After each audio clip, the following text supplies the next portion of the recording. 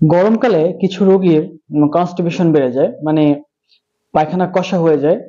Specially যারা driving করেন, যাদের মার্কেটিং এর চাকরি আছে, সারাদিন বাইরে থাকতে হয়। যারা ড্রাইভিং করেন, ড্রাইভিং করলেও সারাদিন বাইরে থাকতে হয় এবং প্রখর রোদে ডিহাইড্রেশন হয়ে কিন্তু অনেক সময় পায়খানা কষা হয়ে যেতে পারে।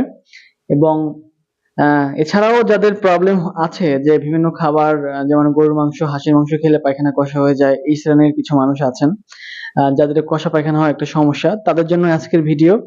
সাথে থাকুন।